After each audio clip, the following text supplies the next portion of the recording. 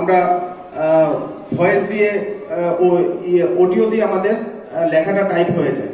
এখন আমরাও আগে আমাদেরও লেখার অভ্যাস ছিল, যেহেতু প্রফেশনে অধিবক্তা অ্যাডভোকেট, সেই জন্য আমাদের লেখার বা জুনিয়রকে ডিকটেশন দেওয়ার অভ্যাস থাকতো। তো এখন কখনো জুনিয়র যদি আসে না, আমরা বলে লিখে ফেলি, ওই লেখার অভ্যাসটা আমাদের ওভাবে চলে গেছে।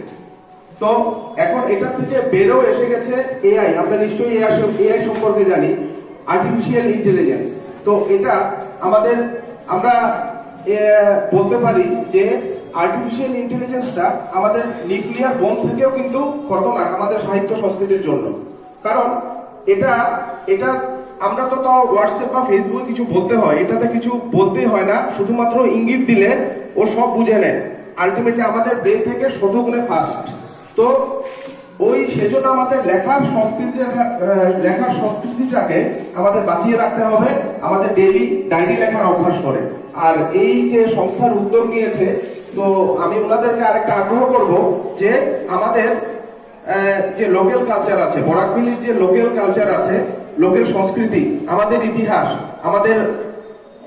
আমাদের এখানে শিক্ষা প্রতিষ্ঠান, মন্দির, বা এখানে যারা কবিরা আছেন, যারা লেখকরা, যারা স্বাধীনতা সংগ্রামী ছিলেন, ওদের যে ইতিহাসগুলি, ওইগুলি যদি আমরা রচনার বা এক্সামিনেশন বা আমরা কম্পিটিশনে ব্যবহার করি, বা ওইগুলি ওদের কম্পিটিশনে রাখার চেষ্টা করি, তখন ওদের ওই কম্পিটিশন দেওয়ার তাগিদে ওই জিনিসগুলি ওরা পড়বে, আমাদের সংস্কৃতিটাকে পড়বে, আমাদের এই কালচার। শুধুমাত্র এখানে না, আমি বলবো ওদের যদি সম্পূর্ণ কলকাতা, কোথাও আগরতলা, বিভিন্ন ডিমাপুর বা যেই অঞ্চলে যাক, ওই অঞ্চলের যে লোকাল সংস্কৃতিটাকে, ওইটা যদি ওদের চর্চার বিষয় করতে হয়, তাদের ওদের কম্পিটিশনের মধ্যে আনতে হবে। কারণ আমরা জানি যে আমরা ছোটবেলা থেকে যে পাঠ্যপুস্তক পড়তে থাকি, ওই পাঠ্যপুস্তকে আমাদের এই যেমন নেতাজির নাম আছে, আমাদের বিবেকানন্দ নাম আছে, আমরা যদি আমাদের কালচার সম্পর্কে যদি অবগত করাতে হয়, তাহলে আমাদের ওই জিনিসটা একটু প্রচেষ্টা করতে হবে।